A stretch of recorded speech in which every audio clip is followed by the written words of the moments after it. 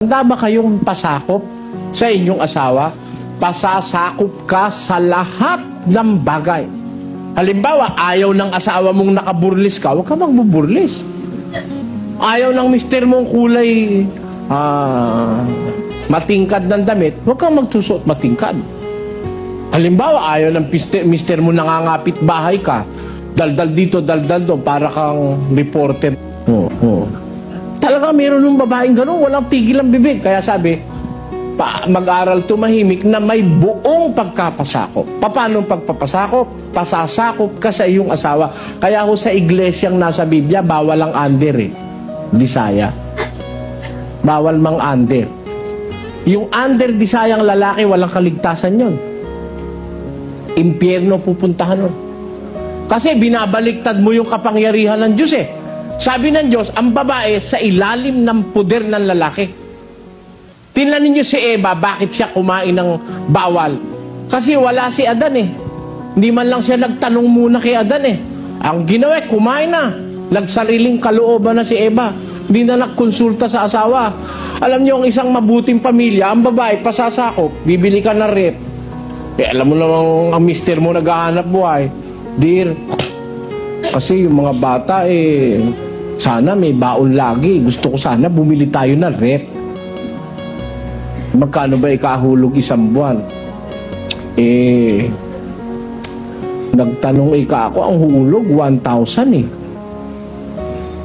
Pagtango ng mister mo, sige, pagtityagaan na nating maghulog. Di kumuha ka, may away ba? Wala. Eh siya umukay.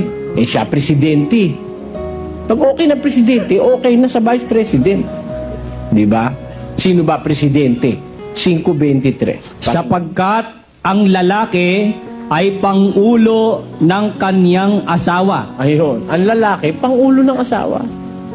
Sino hong lalaki rito ang vice president? Hindi kayo naniniwala sa Diyos kung kayo ang vice president. Dapat, pag may asawa, ang asawa, lalaki, yun ang president. Ang lalaki, pangulo ng asawa. Ang babae, pasakop sa kanyang asawa. Kaya kung hindi mag-aaway eh. Pangulo ka, lalaki, nagpapasakop naman si babae. Dear, dadalaw lang ako kila ina nga, baka ako gabihin.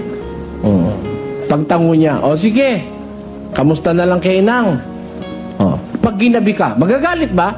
Hindi. Baka malay mo, kung maganda pagsasama nyo, bakit siya, mamaya medyo kumukulimlim na araw, padilim na. Susunduin ka pa nun eh. Mahal ka niya eh. Susunduin ka pa. Walang away eh. Kaya lang nag-aaway kasi hindi kung lumalakad sa riles, tindan nyo yung tren. Pag nasa riles, may banggaan ba? Wala. Basta nasa riles ang tren. Pag nadiskaril yung isa, magbabanggaan. Pag nawala sa riles, may rilis po ang babae, may rilis din ang lalaki. Parehong makakalakad kayong smooth na hindi madidisgrasya ang kahit na sino. Eh ngayon, bakit may disgrasya? Na-disgrasya yung mga anak, napabayaan, naging drug addict. Napabayaan yung mga anak, naging sugarol, naging standby, naging palaboy na lansangan. Bakit? May hindi lumalakad sa rilis yung mag-asawa eh.